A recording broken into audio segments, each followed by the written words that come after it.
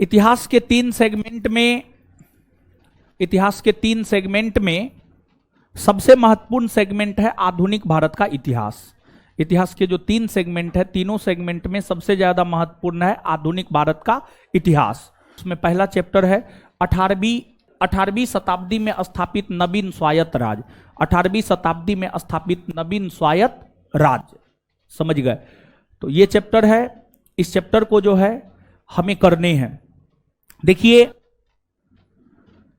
आपको मुगल बादशाह औरंगजेब का 1707 ईस्वी में निधन हुआ। मुगल बादशाह औरंगजेब का जब 1707 ईस्वी में निधन हो गया, तो औरंगजेब के निधन होने के बाद अयोग्य मुगल बादशाह सब पैदा हुए। औरंगजेब के निधन होने के बाद अयोग्य मुगल बादशाह सब पैदा हुए। तो औरंगजेब के निधन होने के बाद जो अयोग्य मुगल बादशाह सब पैदा हुए, उसी का फायदा कुछ योग्य लोगों ने उठाया, कुछ योग्य मुगल पदाधिकारियों ने उठाया, मुगल योग्य पदाधिकारियों ने उठाया। और मुगल योग्य पदाधिकारियों ने फायदा उठाते हुए हैदराबाद में स्वतंत्र शासन की स्थापना किया। हैदराबाद में स्वतंत्र शासन की स्थापना निजामुल मुल्क या चिनकिलीज खान ने किया। हैदराबाद में स्वतंत्र शासन की स्थापना निजामुल मुल्क या चिनकिलीज खान ने किया। बंगाल में स्वतंत्र शासन की स्थापना मुर्शिद कुली खान ने किया। कर्नाटक में स्वतंत्र शासन की स्थापना शहादतुल्लाह खान ने किया। रुहेलखंड में स्वतंत्र शासन की स्थापना अली मोहम्मद खान ने किया। फिर आपको मैसूर में स्वतंत्र शासन की स्थापना हैदर अली ने किया। मैसूर में स्वतंत्र शासन की स्थापना हैदर अली ने किया। फिर इसके बाद जो है आपको और भी कई सारे स्वतंत्र राज्य की स्थापना हुई। तो उसमें हैदराबाद है, अवध है, बंगाल है, ये सब प्रमुख राज्य है। और सबके विषय में तो हमने आपको बतलाया किसकी स्थापना किसने किया, लेकिन अवध के विषय में जानिए। अवध में स्वतंत्र शासन की स्थापना शहादत खान ने किया। अवध में स्वतंत्र शासन की स्थापना शहादत खान ने किया। शहादत खान ने अवध में स्वतंत्र शासन की स्थापना किया। अब वही जो 18वीं सदी में, देखिए 18वीं सदी कहने का मतलब क्या होता है जानते हैं? 18वीं सदी कहने का मतलब होता है 1700 ईस्वी से लेकर के 1800 ईस्वी। 18वीं सदी कहने का मतलब होता है 1700 ईस्वी से लेकर के 1800 ईस्वी। 1700 ईस्वी से लेकर के 1800 ईस्वी 18वीं सदी कहने का मतलब ये होता है। तो 18वीं सदी के शुरुआती वर्षों में 1707 में औरंगजेब के निधन होने के बाद मुगलों के अधीन जो योग्य अधिकारी हुआ करते थे, निजामुल मुल्क मुगलों के अधीन पहले पदाधिकारी के तौर पर काम किए। शहादत खां मुगलों के अधीन पहले पदाधिकारी के तौर पर काम किए। या फिर मुर्शिद कुली खां मुगलों के अधीन सबसे पहले योग्य पदाधिकारी के तौर पर काम किए। और ये लोग पहले मुगलों के अधीन काम किया करते थे, लेकिन डूबती मुगल नाव की सवारी छोड़कर ये लोग अलग अलग क्षेत्रों में स्वतंत्र शासन की स्थापना किया। उसी के संदर्भ में जो है आपको यहां पर प्रश्न है। तो पहला प्रश्न है आपको हैदराबाद के संदर्भ में। पहला प्रश्न यह कह रहा है कि हैदराबाद में स्वतंत्र आसफजाही वंश की स्थापना किसने की थी? या ये प्रश्न हैदराबाद में स्वतंत्र शासन की स्थापना किसने किया था? तो हैदराबाद में स्वतंत्र शासन की स्थापना निजामुल मुल्क ने किया। या निजामुल मुल्क की अगर आप बात करेंगे तो जो निजामुल मुल्क थे ये आसफ जाही वंश के थे। जो निजामुल मुल्क थे ये आपको आसफ जाही वंश के थे। आसफ जाही वंश के थे, इसलिए हम यह भी कह सकते हैं कि हैदराबाद में आसफ जाही वंश की स्थापना निजामुल मुल्क ने किया, या हैदराबाद में स्वतंत्र शासन की स्थापना निजामुल मुल्क ने किया। तो इस प्रश्न का उत्तर हो जाएगा आपको निजामुल मुल्क। तो बता दीजिए आप हमको, हैदराबाद में स्वतंत्र आसफजाही वंश की स्थापना किसने की है? किसने की है? हैदराबाद में स्वतंत्र आसफजाही वंश की स्थापना किसने की है? किसने की है? निजामुल मुल्क। आगे है, निम्नलिखित में से कौन सा कथन सही है? निजामुल मुल्क ईरानी गुट का था। देखिए ध्यान दीजिएगा, जब आपको वर्ष 1707 में, जब आपको वर्ष 1707 में औरंगजेब का निधन हुआ, तो औरंगजेब के निधन होने के बाद अयोग्य मुगल बादशाह का फायदा पदाधिकारियों ने उठाया और फिर गुटबाजी, मुगल राज दरबार में गुटबाजी होने लगे थे, मुगल राज दरबार में गुटबाजी होने लगे थे। उसमें निजामुल मुल्क भी गुटबाजी किया करते थे, सआदत खां भी गुटबाजी किया करते थे, सर सैयद इसके बाद जो सैयद बंधु है जिन्हें नृप निर्माता के नाम से जाना जाता, वो भी गुटबाजी किया करते थे। सब अलग अलग गुट से संबंधित थे। तो उसमें जो निजामुल मुल्क थे इनका संबंध ईरानी गुट से था? नहीं, जो निजामुल मुल्क थे इनका संबंध ईरानी गुट से नहीं था, बल्कि इनका संबंध था तुरानी गुट से। तुरानी गुट से इनका संबंध तुरानी गुट से था। आगे, निजामुल मुल्क ने सैयद बंधु के पतन में महत्वपूर्ण भूमिका निभाई थी। हां, यह बात सही है। देखिए सैयद बंधु की अगर आप बात करेंगे तो सैयद बंधु को इतिहास में नृप निर्माता, सैयद बंधु को इतिहास में नृप निर्माता यानी किंग मेकर, सैयद बंधु के इतिहास में नृप निर्माता यानी किंग मेकर कहा जाता है। देखिए सैयद बंधु को इतिहास में नृप निर्माता यानी किंग मेकर इसलिए कहा जाता है क्योंकि सैयद बंधु ने जो है आपको फर्रुखसियर, रफीउद्दर्जात, रफीउद्दौला, मोहम्मद शाह रंगीला, फर्रुखसियर, रफीउद्दर्जात, रफीउद्दौला और मोहम्मद शाह रंगीला, ये चारों मुगल बादशाह को गद्दी पर सैयद बंधु ने ही बैठाया था। यही कारण है कि सैयद बंधु के इतिहास में नृप निर्माता या किंग मेकर कहा जाता है। और सैयद बंधु के पतन में जिसने सबसे महत्वपूर्ण भूमिका निभाई है वह है आपको निजामुल मुल्क। ये बात सही है। आगे, निजामुल मुल्क को मुगल सत्ता के अंतर्गत 7000 आसफजाह का दर्जा दिया गया था। नहीं, निजामुल मुल्क को मुगल सत्ता के अंतर्गत 7000 आसफजाह का दर्जा नहीं दिया गया था, बल्कि 7000 जात का दर्जा दिया गया था। 7000 जात का दर्जा दिया गया था, 7000 आसफजाह का दर्जा नहीं दिया गया था। मतलब यह भी गलत है। तो इसमें सही कौन है? तो सही आपको बी नंबर है, अर्थात इस प्रश्न का सही उत्तर हो जाएगा आपको क्या? बी हो जाएगा। अब यहां पर देखिए जो याद करने वाला चीज है उसको हम लोग याद कर लेते हैं। निजामुल मुल्क का संबंध कौन गुट से था? निजामुल मुल्क का संबंध कौन?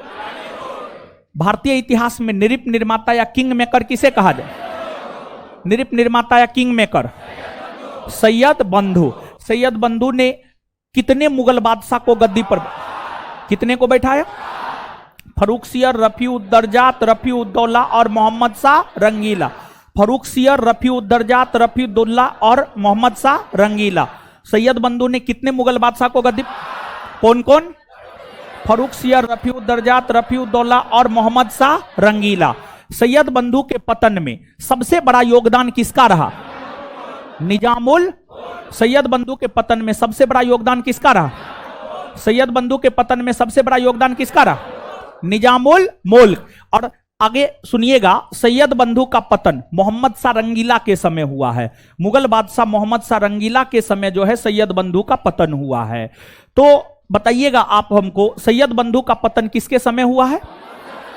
मोहम्मद शाह रंगीला। सैयद बंधु का पतन किसके समय हुआ है? मोहम्मद शाह रंगीला। निजामुल मुल्क को किस मुगल बादशाह ने दक्कन का सूबेदार नियुक्त किया था? देखिए ध्यान दीजिएगा, क्या मामला क्या था जानते हैं? एक मुगल बादशाह है मोहम्मद शाह रंगीला, रंगीला बादशाह उसको कहा जाता है, रंगीला बादशाह कहा जाता है। उनका शासनकाल है 1719 से 1748, 1719 से 1748। मोहम्मद शाह रंगीला के समय निजामुल मुल्क ने यह देखा कि मुगलों की अर्थव्यवस्था तो चौपट हो रही है और बिना अर्थव्यवस्था का कुछ हो नहीं सकता है।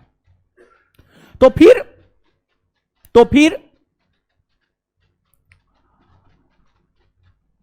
फिर निजामुल मुल्क ने मुगलों की अर्थव्यवस्था को सुधारने हेतु प्रयास करना शुरू कर दिया। लेकिन जैसे ही निजामुल मुल्क मुगलों की अर्थव्यवस्था को सुधारने का प्रयास करने लगा, इससे मोहम्मद शाह रंगीला डर गया। मोहम्मद शाह रंगीला को लगा कि ऐसा ना कल के डेट में हम ही को गद्दी से हटा करके यही ना बादशाह बन जाए। तो मोहम्मद शाह रंगीला ने निजामुल मुल्क को कहा, आपको कोई सुधार नहीं करना है, भले अर्थव्यवस्था खराब हो रहा है होने दीजिए। निजामुल मुल्क को लगा कि हम अच्छा करने का प्रयास कर रहे हैं, ये तो अच्छा करने ही नहीं दे रहा है, तो ऐसे में तो मुगल नौ डूबने ही वाली है। तो ये डूबती मुगल नौ से उतरकर चले गए हैदराबाद, और हैदराबाद में निजामुल मुल्क ने स्वतंत्र शासन की स्थापना कर लिया और अपना शासन प्रशासन करने लगा। जब यह खबर मोहम्मद शाह रंगीला को लगी तो मोहम्मद शाह रंगीला मुबारिज खां के नेतृत्व में मुगल सेना निजामुल मुल्क के विरोध में भेजा। तत्पश्चात मुबारिज खां और निजामुल मुल्क की सेना के बीच युद्ध हुआ। उस युद्ध में मोहम्मद शाह रंगीला ने जो मुबारिज खां के नेतृत्व में मुगल सेना भेजा था, उस मुगल सेना को निजामुल मुल्क ने पराजित कर दिया। निजामुल मुल्क ने पराजित कर दिया, अर्थात मुगलों की पराजय हुई। मुगलों की पराजय को देखते हुए मोहम्मद शाह रंगीला ने निजामुल मुल्क को दक्कन का सूबेदार नियुक्त कर दिया। कहा कि आप दक्कन के सूबेदार बन जाइए, और साथ ही साथ मोहम्मद शाह रंगीला ने निजामुल मुल्क को आसफजाह की भी उपाधि प्रदान किया। और मुबारिज खां और निजामुल मुल्क के बीच जो 1724 ईस्वी में युद्ध हुआ है, उस युद्ध को इतिहास में सुकरखेड़ा या शंकरखेड़ा का युद्ध कहा जाता है। और आपके बिहार दरोगा परीक्षा का यह पूछा हुआ क्वेश्चन है कि सुकरखेड़ा या शंकरखेड़ा का युद्ध कब हुआ है। तो सुकरखेड़ा या शंकरखेड़ा का युद्ध अक्टूबर 1724 में मुबारिज खां और निजामुल मुल्क के बीच हुआ है। मुबारिज खां मुगलों का नेतृत्व कर रहा था और वह पराजित हुआ। तो इस प्रश्न का उत्तर हो जाएगा आपको मोहम्मद शाह रंगीला। मोहम्मद शाह रंगीला। तो निजामुल मुल्क को किस मुगल बादशाह ने दक्कन का सूबेदार नियुक्त किया? मोहम्मद शाह। निजामुल मुल्क को किस मुगल बादशाह ने दक्कन का सूबेदार नियुक्त किया? मोहम्मद शाह रंगीला। आगे है, निम्न कथनों पर विचार कीजिए। निजामुल मुल्क ने हिंदुओं के प्रति उदारता की नीति अपनाई तथा उसने एक हिंदू पूरनचंद को अपना दीवान नियुक्त किया। हां, सही बात है कि निजामुल मुल्क हिंदुओं के प्रति उदारवादी नीति अपनाई और एक हिंदू पूरनचंद को अपना दीवान नियुक्त किया। मुगल सम्राट मोहम्मद शाह ने चिलखिलीज खां को आसफजाह की उपाधि दी थी। हां, देखिए ध्यान दीजिएगा, जो निजामुल मुल्क है ना, निजामुल मुल्क का ही मूल नाम हुआ करता था चिनकिलीज खां, और निजामुल मुल्क अर्थात चिनकिलीज खां को आसफजाह की उपाधि मुगल सम्राट मोहम्मद शाह रंगीला ने दिया था। यह बात सत्य है। अर्थात कौन सा सही है? तो एक और दो दोनों। समझ गए? तो आप हमको बताएंगे कि यहां पर जो याद रखने वाला चीज है, हैदराबाद में स्वतंत्र राज्य के संस्थापक निजामुल मुल्क ने अपना दीवान किस हिंदू को बनाया था? पूरनचंद। हैदराबाद के निजामुल मुल्क ने अपना दीवान किस हिंदू को बनाया था? इसके बाद निजामुल मुल्क का मूल नाम क्या हुआ करता था? निजामुल मुल्क का मूल नाम चिनकिलीज खां को आसफजाह की उपाधि किसने दिया था? मोहम्मद शाह रंगीला। चिनकिलीज खां को आसफजाह की उपाधि किसने दिया था? मोहम्मद शाह रंगीला। आगे, सुकरखेड़ा का युद्ध, सकूर ने सुकरखेड़ा होगा। सुकरखेड़ा का युद्ध 1724 ईस्वी में किसके बीच लड़ा गया था? हैदराबाद के निजाम और मुगल सूबेदार मुबारिज खां के बीच। हैदराबाद के निजाम और मुगल सूबेदार मुबारिज खां के बीच। इसमें हैदराबाद के निजाम की जीत हुई और मुगल सूबेदार मुबारिज खां की हार हुई। याद रख लीजिएगा, पूछा गया है ये। तो सुकरखेड़ा का युद्ध कब हुआ है? अक्टूबर 1724, 11 अक्टूबर 1724। सुकरखेड़ा का युद्ध कब हुआ है? 11 अक्टूबर 1724। सुकरखेड़ा का युद्ध कब हुआ है? 11 अक्टूबर 1724। अच्छा, सुकरखेड़ा का युद्ध किसके किसके बीच हुआ है? हैदराबाद के निजाम और मुगल सूबेदार मुबारिज खां। सुकरखेड़ा का युद्ध किसके किसके बीच हुआ है? हैदराबाद के निजाम और मुगल सूबेदार मुबारिज खां। किसकी जीत हुई है? किसकी हार हुई है? चलिए आगे। निम्नलिखित में से कौन सा कथन गलत है? कर्नाटक मुगल साम्राज्य के अधीन एक उपराज्य था जो कि दक्कन के गवर्नर के अधीन आता था। हां, सही है। स्वतंत्र कर्नाटक राज्य की स्थापना सादत खान ने की तथा इसने अपनी राजधानी अर्काट को बनाया। हां, यह भी सही है। कर्नाटक के उत्तराधिकारी के प्रश्न पर फ्रांसीसियों और डचों के मध्य संघर्ष हुए। नहीं, यह गलत है। देखिए, कर्नाटक के उत्तराधिकारी के प्रश्न पर फ्रांसीसी और डचों के बीच संघर्ष नहीं हुए हैं, बल्कि फ्रांसीसी और अंग्रेज के बीच संघर्ष हुए हैं। फ्रांसीसी और अंग्रेज के बीच संघर्ष हुए हैं। फ्रांसीसी और अंग्रेज के बीच संघर्ष हुए हैं, न कि डचों के बीच संघर्ष हुए हैं। तो अब देखिएगा, इसमें पूछा जा रहा कौन सा कथन गलत है, तो इसमें गलत है केवल 3, यानी आंसर क्या हो जाएगा आपको? बी, केवल 3 आंसर हो जाएगा। बी, केवल 3। क्लियर है? तो आइए, इसमें जो याद करने वाला है उसको याद करते हैं। खैर, ऊपर वाला पॉइंट तो याद करने वाला है नहीं, लेकिन नीचे वाले सेकेंड नंबर पॉइंट में कुछ याद करना है। तो कर्नाटक राज्य में स्वतंत्र शासन की स्थापना किसने किया? सादतुल्ला खान ने। कर्नाटक राज्य में स्वतंत्र शासन की स्थापना किसने किया? कर्नाटक राज्य में स्वतंत्र शासन की स्थापना किसने किया? अच्छा, कर्नाटक की राजधानी कहां बनाया गया? कहां बनाया गया था? कहां बनाया गया था? कर्नाटक के उत्तराधिकारी के प्रश्न पर किस 2 यूरोपीय कंपनियों के मध्य संघर्ष हुए? फ्रांसीसी और देखिए, ध्यान दीजिएगा एक चीज, कर्नाटक का युद्ध 2 यूरोपीय कंपनी के बीच लड़ा गया है, और कर्नाटक का युद्ध जो 2 यूरोपीय कंपनी के बीच लड़ा गया है, एक यूरोपीय कंपनी है ब्रिटिश ईस्ट इंडिया कंपनी और एक है आपको फ्रांसीसी ईस्ट इंडिया कंपनी। यह बात भी आपसे आपके परीक्षा में पूछा जाता है कि देखिए, आपको कर्नाटक युद्ध, 3 कर्नाटक युद्ध हुआ है, 3 कर्नाटक युद्ध हुआ है। आगे है क्वेश्चन है, तो मूलतः यहां पर इस बात को जानिए, कर्नाटक युद्ध जो है ना, फ्रांसीसी और अंग्रेजी ईस्ट इंडिया कंपनी के बीच हुआ है। कर्नाटक युद्ध फ्रांसीसी और अंग्रेजी ईस्ट इंडिया कंपनी के बीच हुआ है। उसमें मूल तौर पर जो दूसरा कर्नाटक युद्ध है ना, द्वितीय कर्नाटक युद्ध कर्नाटक के उत्तराधिकारी के प्रश्न पर हुआ है। द्वितीय कर्नाटक युद्ध कर्नाटक के उत्तराधिकारी के प्रश्न पर हुआ है। तो यहां पर जो पूछे जाने योग्य प्रश्न यह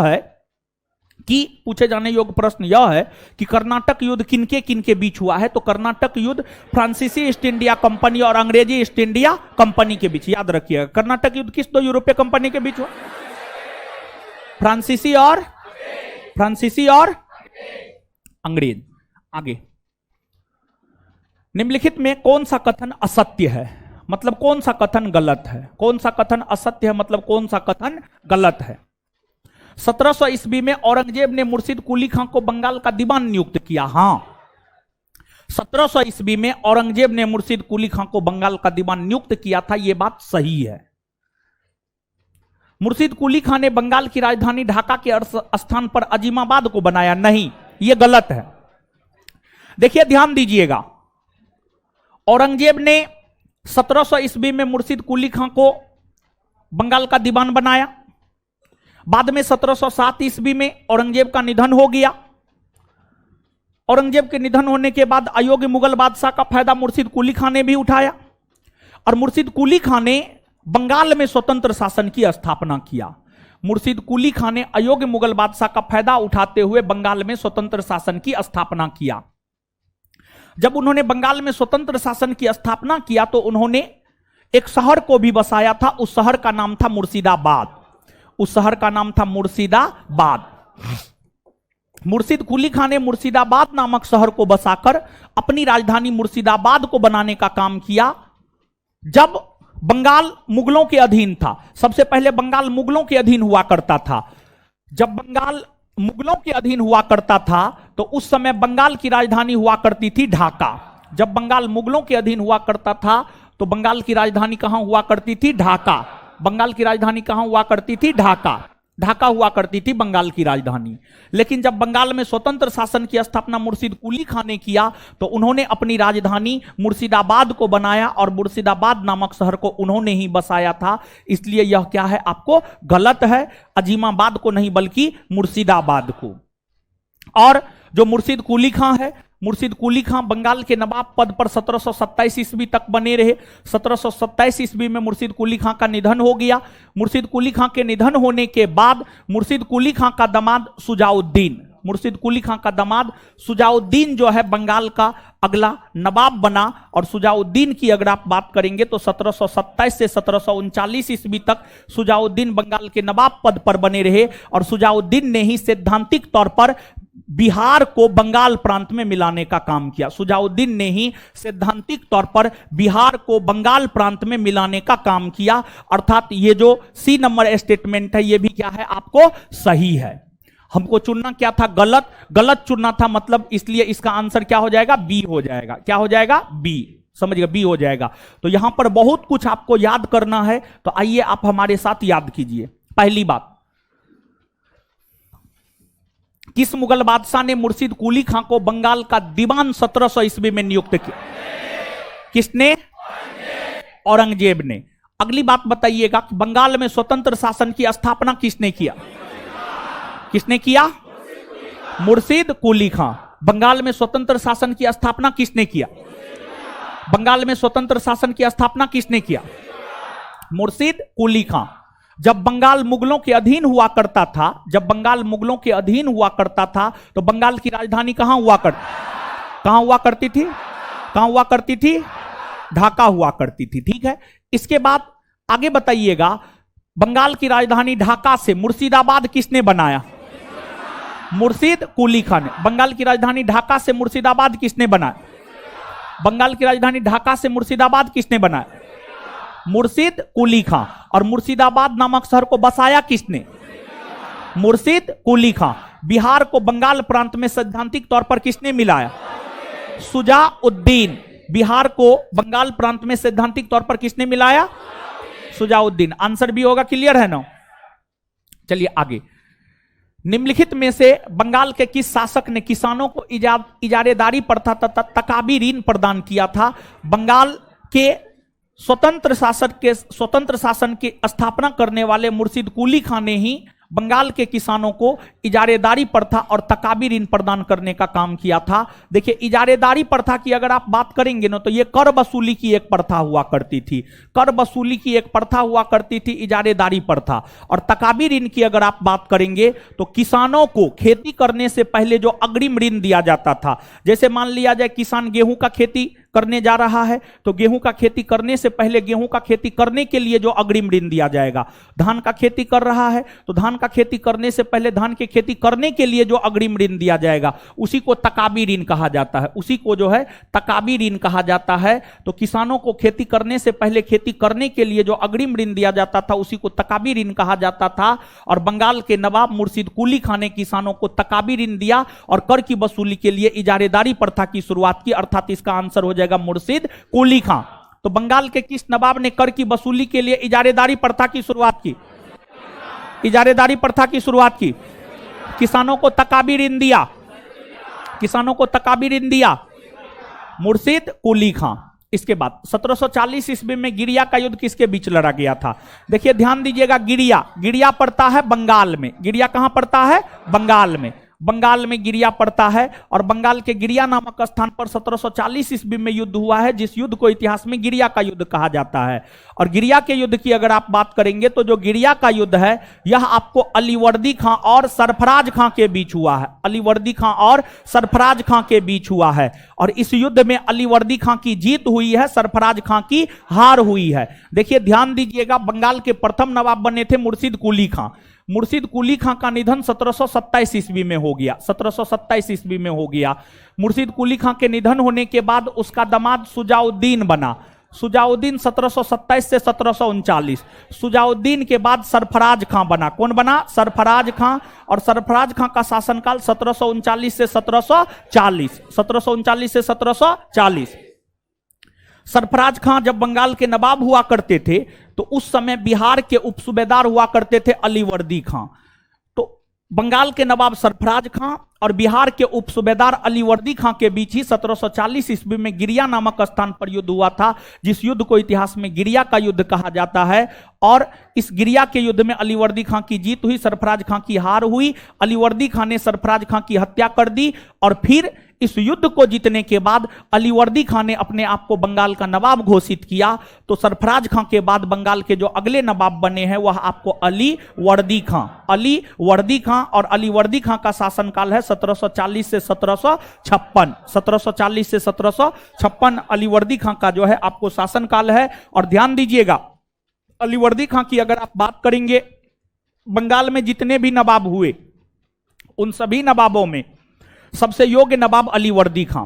बंगाल में जितने भी नवाब हुए उन सभी नवाबों में सबसे योग्य नवाब जो है आपको अलीवर्दी खां, सबसे योग्य नवाब अलीवर्दी खां। अलीवर्दी खां बंगाल के प्रथम नवाब हुए जिन्होंने मुगलों को कर देना बंद कर दिया। इनसे पहले तक जो बंगाल के नवाब थे उन्होंने मुगलों को कर दिया, जैसे सरफराज खां ने, सुजाउद्दीन ने, मुर्शिद कुली खां ने, इन लोगों ने मुगलों को कर दिया। लेकिन अलीवर्दी खां ने मुगलों को कर देना बंद कर दिया और मुगल को जो कर दिया जाता था वो कर की राशि अलीवर्दी खां अपने पास रखे और उससे बंगाल का विकास किया, जिस वजह से इनके शासनकाल में बंगाल का काफी ज्यादा विकास हो गया, जिस वजह से इनके शासनकाल में बंगाल को भारत का स्वर्ग कहा जाने लगा था। और इन्होंने अंग्रेजी ईस्ट इंडिया कंपनी को कलकत्ता का किलाबंदी करने से मना किया। इनके समय अंग्रेजी ईस्ट इंडिया कंपनी कलकत्ता का किलाबंदी करना शुरू कर दिया था और फ्रांसीसी ईस्ट इंडिया कंपनी चंद्रनगर का किलाबंदी करना शुरू कर दिया था।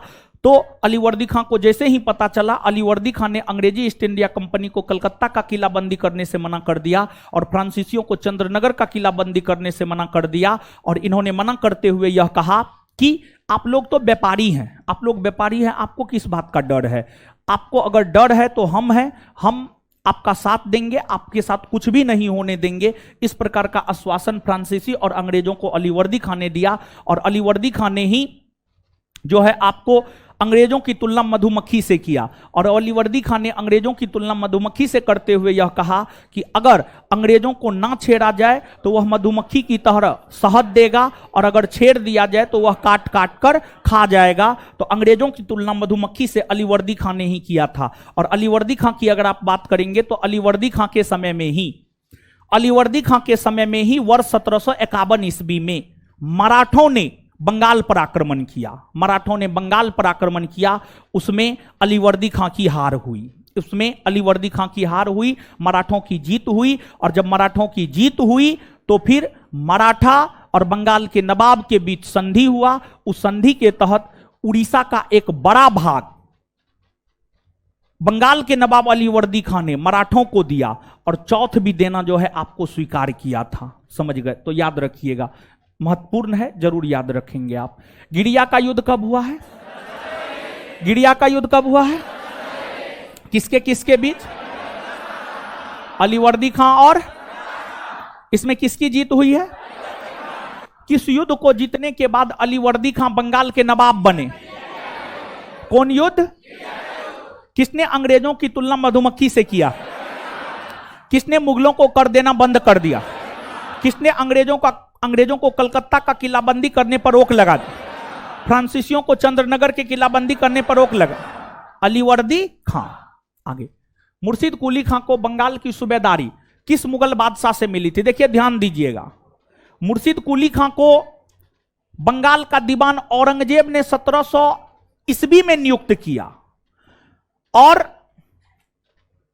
मुर्शिद कुली खां को बंगाल की सूबेदारी वर्ष 1717 ईस्वी में इस समय के मुगल बादशाह फर्रुखसियर के द्वारा दिया गया था। किसके द्वारा?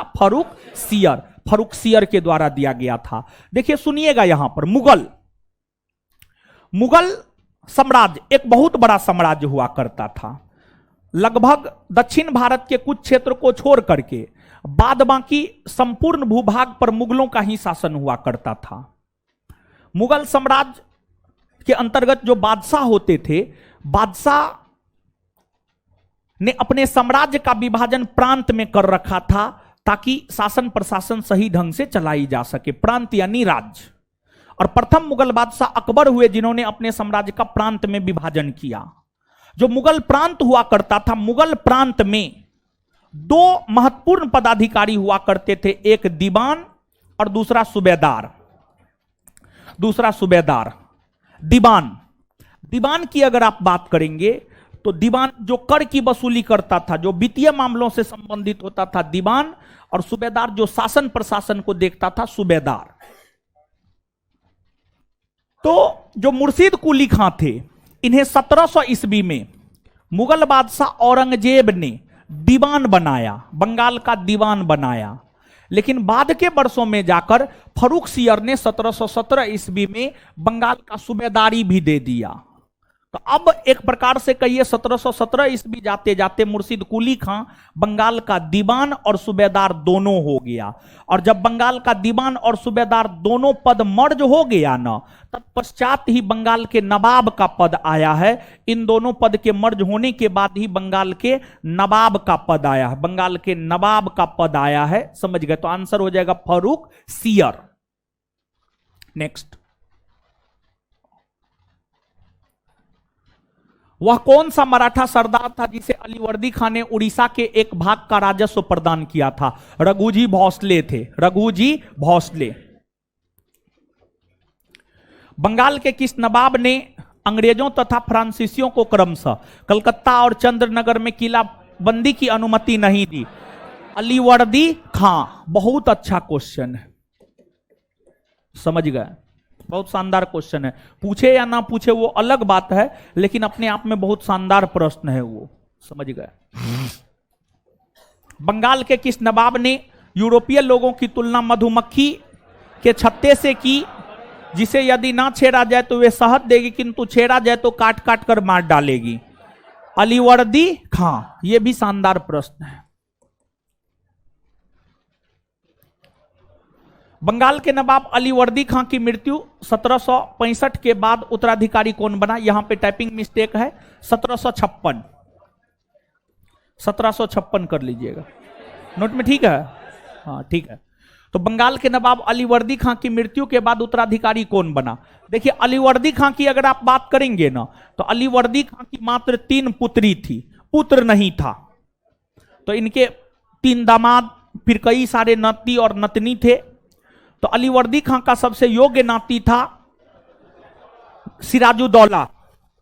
सिराजुद्दौला सबसे योग्य नाती था, जिस वजह से अलीवर्दी खां ने अपना उत्तराधिकारी अपने सबसे योग्य नाती सिराजुद्दौला को घोषित किया था।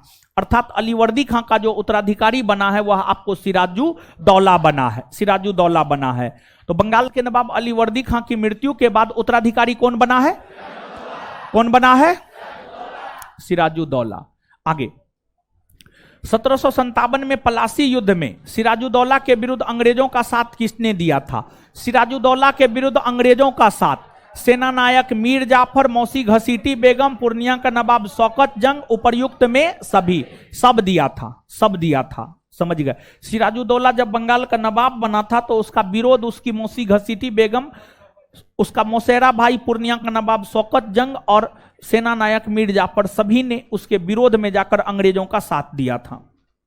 आगे, ब्लैक होल की घटना के संदर्भ में कौन सा कथन सही है? देखिए ध्यान दीजिएगा, क्या हुआ जानते हैं? हुआ यह था, अलीवर्दी खां का 1756 में निधन हुआ। अलीवर्दी खां के निधन होने के बाद अगला नवाब सिराजुद्दौला बना। सिराजुद्दौला के समय भी अंग्रेज कलकत्ता का किलाबंदी करना शुरू कर दिया। और जब सिराजुद्दौला के समय अंग्रेज कलकत्ता का किलाबंदी करना शुरू कर दिया, तो फिर नवाब सिराजुद्दौला अपनी सेना के साथ कलकत्ता पहुंचा। नवाब सिराजुद्दौला अपनी सेना के साथ कलकत्ता 15 जून 1756 को पहुंचा। और जब नवाब सिराजुद्दौला अपनी सेना के साथ कलकत्ता पहुंचा, तो जो अंग्रेज कलकत्ता का किलाबंदी करने में लगा हुआ था, सब सिराजुद्दौला की सेना के डर से कलकत्ता से भाग खड़ा हुआ।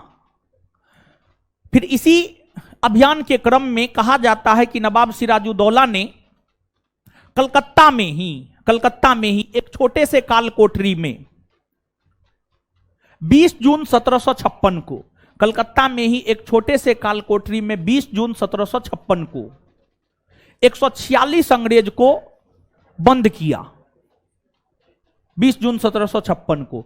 और जब अगली सुबह उस काल कोठरी को खोला गया तो उसमें मात्र 23 लोग जीवित बचे थे, और उस 23 में एक जॉन हॉलबेल भी थे। जॉन हॉलबेल ने ही इस घटना का विवरण दिया, और इसी घटना को इतिहास में ब्लैक हॉल त्रासदी या ब्लैक हॉल की घटना कहते हैं। और यही ब्लैक हॉल की घटना प्लासी के युद्ध का तत्कालिक कारण बना है। यही ब्लैक हॉल की घटना प्लासी के युद्ध का तत्कालिक कारण बना है। और इसी ब्लैक हॉल की घटना के कारण जो है 23 जून 1757 ईस्वी को बंगाल के नवाब सिराजुद्दौला और अंग्रेजी ईस्ट इंडिया कंपनी के बीच प्लासी का युद्ध हुआ। और उस प्लासी के युद्ध में नवाब सिराजुद्दौला के साथ षड्यंत्र हो गया, और उस षड्यंत्र के कारण ही नवाब सिराजुद्दौला पराजित हुए, और फिर जो है अंग्रेजों की जीत हुई। और प्लासी के युद्ध को जीतने के बाद ही अंग्रेजों ने भारत में ब्रिटिश साम्राज्य की सत्ता को स्थापित करने का काम किया।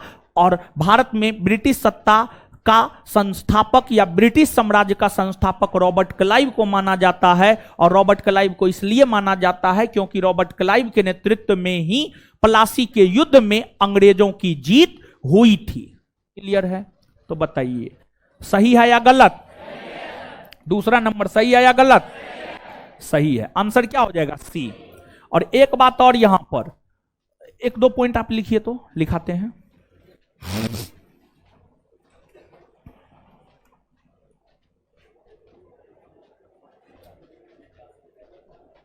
लिखिएगा, बंगाल के नवाब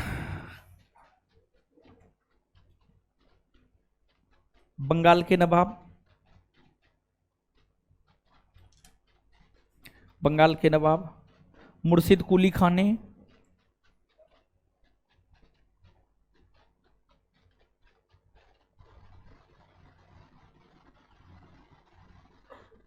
बंगाल के नवाब मुर्शिद कुली खान ने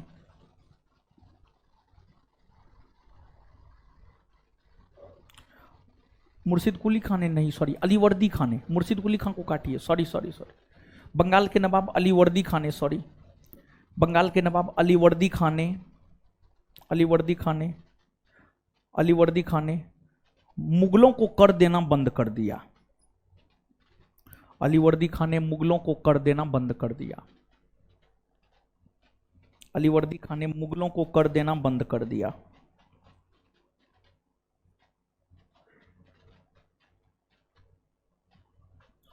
अलीवर्दी खान ने मुगलों को कर देना बंद कर दिया। मुगलों को कर देना बंद कर दिया। एक पॉइंट और लिखिए, ब्लैक हॉल की घटना ही प्लासी के युद्ध का तत्कालिक कारण बना है। ब्लैक हॉल की घटना ही प्लासी के युद्ध का तत्कालिक कारण बना है। ब्लैक हॉल की घटना ही प्लासी के युद्ध का तत्कालिक कारण बना है। ब्लैक हॉल की घटना ही प्लासी के युद्ध का तत्कालिक कारण बना है। ब्लैक हॉल की घटना ही प्लासी के युद्ध का तत्कालिक कारण बना है। एक और पॉइंट लिखिएगा, अंग्रेजी ईस्ट इंडिया कंपनी और नवाब सिराजुद्दौला के बीच, अंग्रेजी ईस्ट इंडिया कंपनी और नवाब सिराजुद्दौला के बीच, अंग्रेजी ईस्ट इंडिया कंपनी और नवाब सिराजुद्दौला के बीच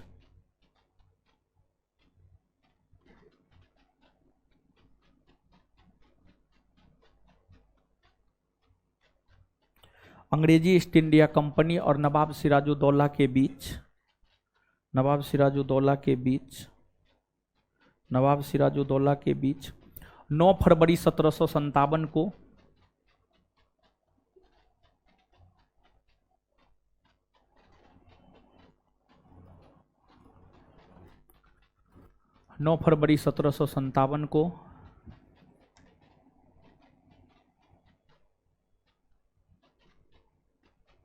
अलीनगर की संधि हुई।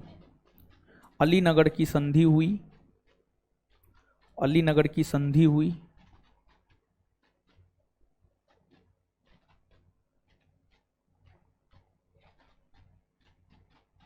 इस संधि के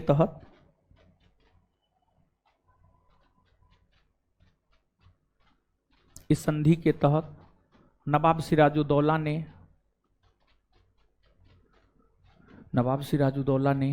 अंग्रेजों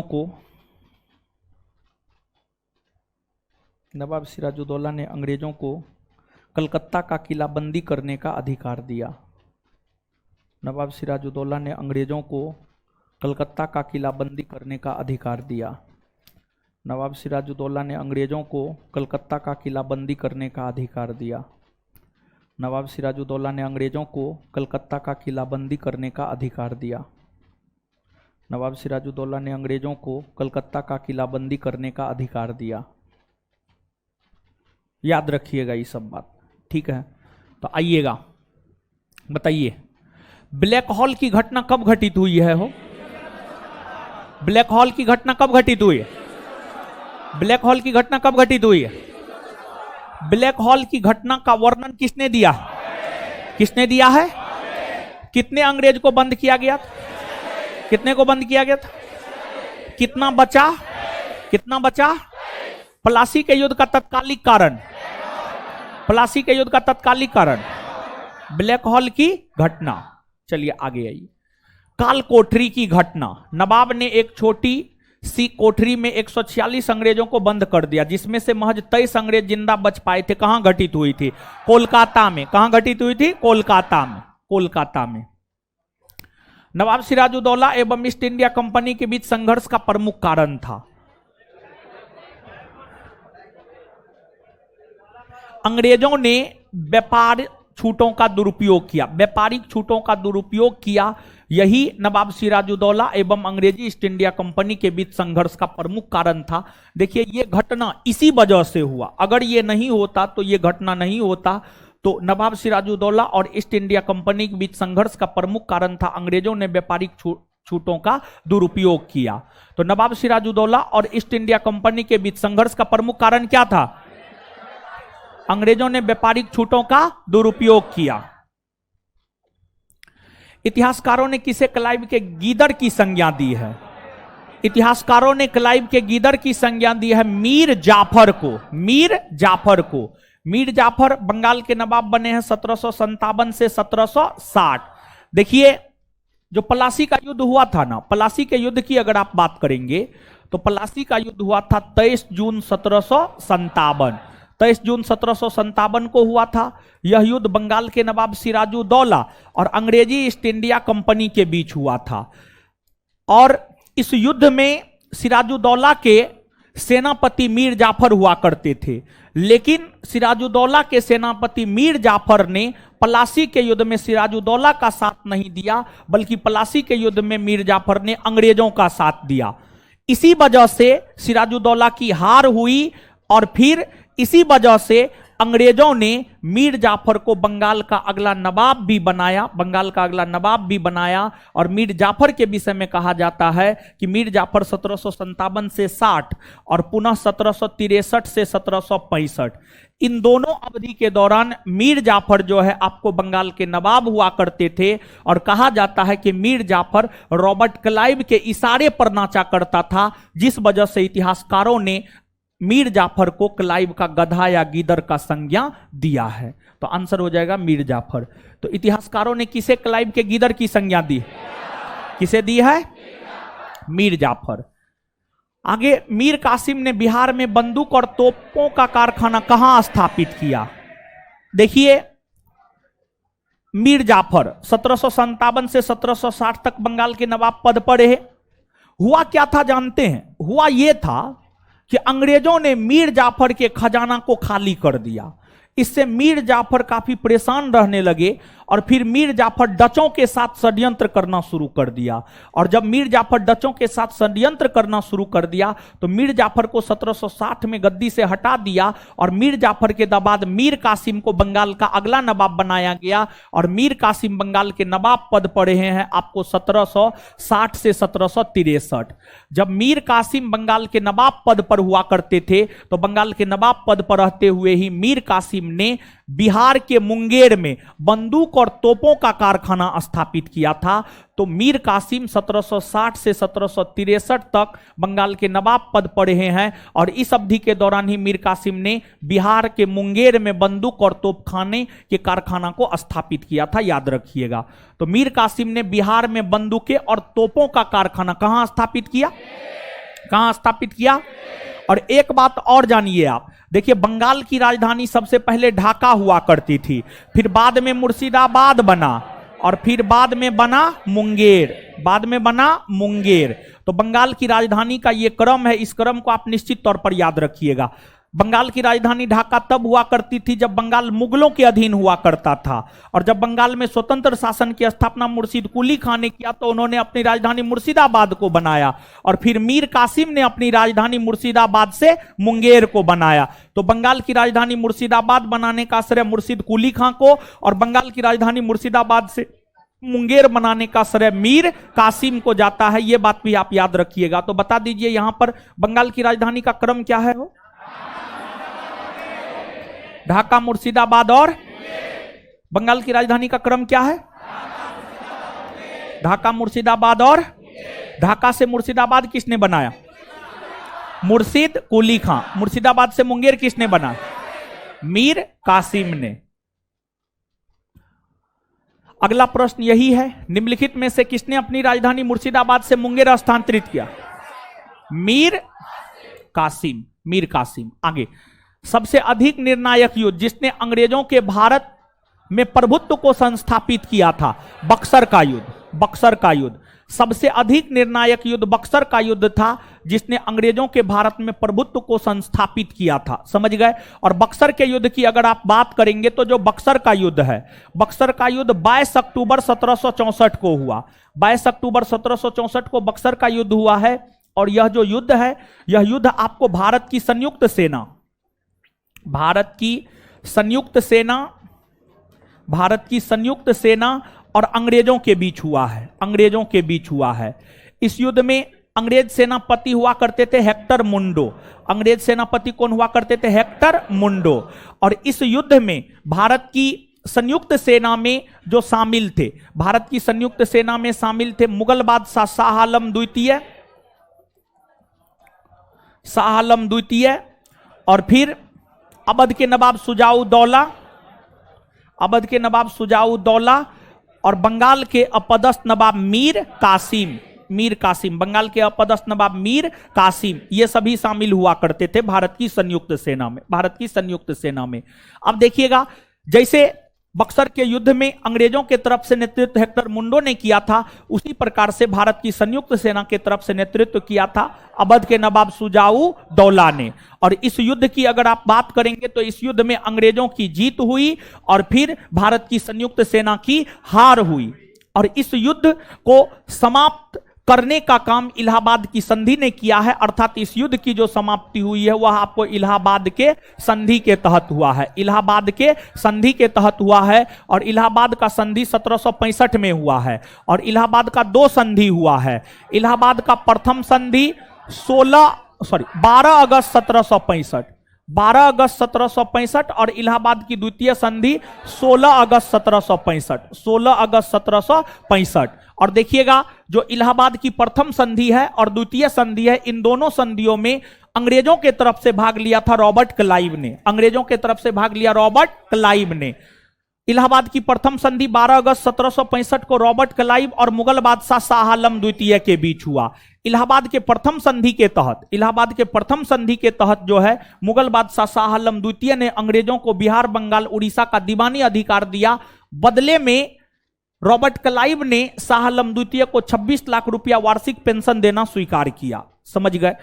और जब इलाहाबाद के प्रथम संधि के तहत शाह आलम द्वितीय ने बिहार, बंगाल, उड़ीसा का दीवानी अधिकार अंग्रेजों को दिया, अर्थात कर वसूलने का अधिकार अंग्रेजों को दिया, तो इस अधिकार के बाद अंग्रेजी ईस्ट इंडिया कंपनी सबसे पहले खासी जाति के संपर्क में आया था। खासी जनजाति के संपर्क में आया था। किसी पीसीएस का पूछा हुआ क्वेश्चन है कि जब अंग्रेजी ईस्ट इंडिया कंपनी को दीवानी अधिकार प्राप्त हुआ तो उसके बाद अंग्रेजी ईस्ट इंडिया कंपनी सबसे पहले किस जाति के संपर्क में आया था? तो खासी जाति के संपर्क में आया था। आप याद रखिएगा। फिर इलाहाबाद इलाहाबाद की द्वितीय संधि की अगर आप बात करेंगे तो द्वितीय संधि 16 अगस्त 1765 को अंग्रेज अधिकारी रॉबर्ट क्लाइव और अवध के नवाब शुजाउद्दौला के बीच हुआ था। और इस द्वितीय संधि के तहत शुजाउद्दौला ने 50 लाख रुपया युद्ध हर जाने के तौर पर अंग्रेजों को देना स्वीकार किया। समझ गए? तो ये सब बात आप याद रखिएगा। तो आ जाइए, सबसे अधिक निर्णायक युद्ध जिसने अंग्रेजों के भारत में प्रभुत्व को संस्थापित किया था, कौन युद्ध? कौन युद्ध था? सबसे अधिक निर्णायक युद्ध जिसने अंग्रेजों के भारत में प्रभुत्व को संस्थापित किया था, कौन युद्ध था? बक्सर का युद्ध कब हुआ है? बक्सर का युद्ध कब हुआ है? किसके किसके बीच हुआ है? भारत की संयुक्त सेना और अंग्रेज। भारत की संयुक्त सेना और बक्सर का युद्ध किसके किसके बीच हुआ है? भारत की संयुक्त सेना और भारत की संयुक्त सेना और इसमें अंग्रेजों के तरफ से नेतृत्व किसने किया? अंग्रेजों के तरफ से नेतृत्व हेक्टर मुंडो ने किया। और इसमें भारत की संयुक्त सेना में कौन कौन शामिल था? शाह आलम द्वितीय, शुजाउद्दौला और शाह आलम द्वितीय, शुजाउद्दौला और मीर कासिम। ठीक है, इसके बाद आगे बताइएगा, बक्सर के युद्ध की समाप्ति कौन संधि के तहत? कौन संधि के तहत? इलाहाबाद की संधि कब हुई है? 1700। इलाहाबाद की कितनी संधि हुई? प्रथम संधि कब हुई है? द्वितीय संधि कब हुई है? अच्छा, कौन संधि के तहत अंग्रेजी ईस्ट इंडिया कंपनी को बिहार, बंगाल, उड़ीसा में दीवानी अधिकार प्राप्त? इलाहाबाद की प्रथम संधि। इलाहाबाद की, अच्छा, जब अंग्रेजी ईस्ट इंडिया कंपनी को बिहार, बंगाल, उड़ीसा में दीवानी अधिकार प्राप्त हुआ तो उसके बाद वो सबसे पहले कौन जनजाति के संपर्क? कौन जनजाति? खासी ना। चलिए आगे, निम्नलिखित में से किसने मीर कासिम तथा शुजाउद्दौला के साथ मिलकर अंग्रेजी ईस्ट इंडिया पर युद्ध घोषित किया और वे बाद में बक्सर के युद्ध में अंग्रेजों से पराजित हुए? सफदरजंग, मोहम्मद शाह, शाह आलम द्वितीय, मीर जाफर। शाह आलम द्वितीय मुगल बादशाह शाह आलम द्वितीय थे, जिसने मीर कासिम और शुजाउद्दौला के साथ मिलकर अंग्रेजी ईस्ट इंडिया कंपनी पर युद्ध घोषित किया और बाद में वे बक्सर के युद्ध में अंग्रेजों से पराजित हुए। आंसर क्या हो जाएगा? शाह आलम द्वितीय। किस संधि के द्वारा अंग्रेजों ने बंगाल, बिहार और उड़ीसा के दीवानी अधिकार प्राप्त किया? इलाहाबाद की संधि। इलाहाबाद की संधि। और इलाहाबाद की प्रथम संधि या द्वितीय संधि? प्रथम ना। इलाहाबाद की कौन संधि? प्रथम संधि ना। चलिए नीचे से एक पॉइंट लिखिएगा, नीचे से एक पॉइंट लिखिएगा।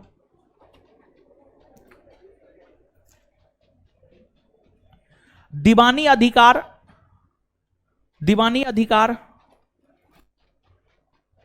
प्राप्त होने के बाद अंग्रेजी ईस्ट इंडिया कंपनी, दीवानी अधिकार प्राप्त होने के बाद अंग्रेजी ईस्ट इंडिया कंपनी, दीवानी अधिकार प्राप्त होने के बाद अंग्रेजी ईस्ट इंडिया कंपनी, दीवानी अधिकार प्राप्त होने के बाद अंग्रेजी ईस्ट इंडिया कंपनी, दीवानी अधिकार प्राप्त होने के बाद अंग्रेजी ईस्ट इंडिया कंपनी सबसे पहले खासी जनजाति के संपर्क में आया। सबसे पहले खासी जनजाति के संपर्क में आया। सबसे पहले खासी जनजाति के संपर्क में आया। सबसे पहले खासी जनजाति के संपर्क में आया।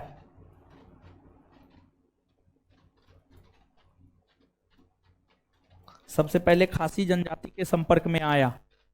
सबसे पहले खासी जनजाति के संपर्क में आया। खासी जनजाति के संपर्क में आया। आगे, बंगाल के नवाबों का सही कालक्रम है।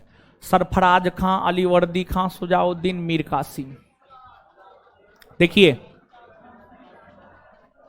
सरफराज खां 1739 से 40, अलीवर्दी खां 1740 से 1756, शुजाउद्दीन 1727 से 1739, मीर कासिम 1760 से 1763। तो देखिए इसमें सबसे पहले है 3, फिर 1, फिर 2 और फिर 4। 3, 1, 2, 4। आंसर क्या हो जाएगा? सी हो जाएगा। नेक्स्ट, निम्नलिखित में से अवध के स्वायत्त राज्य का संस्थापक कौन था? जैसे देखिए, हैदराबाद में स्वतंत्र राज्य की स्थापना निजामुल मुल्क ने, बंगाल में स्वतंत्र राज्य की स्थापना मुर्शिद कुली खान ने, उसी प्रकार से अवध में स्वतंत्र राज्य की स्थापना सादत खान ने किया है। किसने किया है? सादत खान ने। सआदत खां ने किया है। तो अवध में स्वायत्त राज्य की स्थापना किसने की है? अवध में स्वायत्त राज्य की स्थापना किसने की है? सआदत खां ने। 1723 ईस्वी में नया राजस्व बंदोबस्त को लागू किया था सआदत खां ने, सआदत खां ने लागू किया था। मुगल बादशाह मोहम्मद शाह रंगीला ने निम्नलिखित में से किसको बुरहानुल मुल्क की उपाधि दिया था? सआदत खां को। यह भी आपके बिहार दरोगा का पूछा हुआ क्वेश्चन है, समझ गए। नेक्स्ट, कौन सा कथन असत्य है, मतलब कौन सा कथन गलत है? कौन सा कथन गलत है? सआदत खां ईरानी गुट का था, सही है ये। 1739 में सआदत खां की मृत्यु के बाद सफदरजंग अवध का नवाब बना, सही है ये भी। सफदरजंग के समय में अवध में लखनवी तहजीब विकसित हुई, सही है। 1754 ईस्वी में सफदरजंग के मृत्यु के पश्चात उसका पुत्र अबुल मंसूर अवध का नवाब बना, नहीं, गलत है ये। सफदरजंग का ही नाम था अबुल मंसूर, उसके बेटे का नाम अबुल मंसूर नहीं था। 1754 में जब सफदरजंग की मृत्यु हुई तो उसके बाद उसका बेटा अवध का अगला नवाब बना था, उसका नाम था सुजाउद्दौला। सुजाउद्दौला नाम था, ना कि अबुल मंसूर खां नाम था। तो आंसर इसका गलत है, डी नंबर, और चुनना था गलत को ही, अर्थात आंसर क्या हो जाएगा आपको डी। सफदरजंग के मृत्यु के बाद उसका पुत्र अबुल मंसूर अवध का नवाब नहीं बना, बल्कि उसका पुत्र सुजाउद्दौला बना। अबुल मंसूर सफदरजंग का ही मूल नाम हुआ करता था। नेक्स्ट, किस राज्य के शासक नवाब वजीर कहलाते थे? अवध के नवाब। अवध के नवाब नवाब वजीर कहलाते थे। अवध के नवाब नवाब वजीर इसलिए कहलाते थे क्योंकि अवध के नवाब को मुगल बादशाह ने अपना वजीर बनाया था। विशेष तौर पर मुगल बादशाह मोहम्मद शाह रंगीला के निधन होने के बाद अगले मुगल बादशाह बने थे अहमद शाह, और अहमद शाह ने अपना वजीर बनाया था सफदरजंग को। सफदरजंग को बनाया था, यही कारण है कि सफदरजंग को विशेष तौर पर नवाब वजीर कहा जाता है, जो कि अवध के नवाब हुआ करते थे। आगे है, अवध के किस शासक को नवाब वजीर के नाम से जाना जाता है? सफदरजंग को जाना जाता है। किसे जाना जाता है? सफदरजंग। सफदरजंग को जाना जाता है, सफदरजंग। चलिए, इससे आगे अगले क्लास में देखेंगे, अब टाइम हो गया।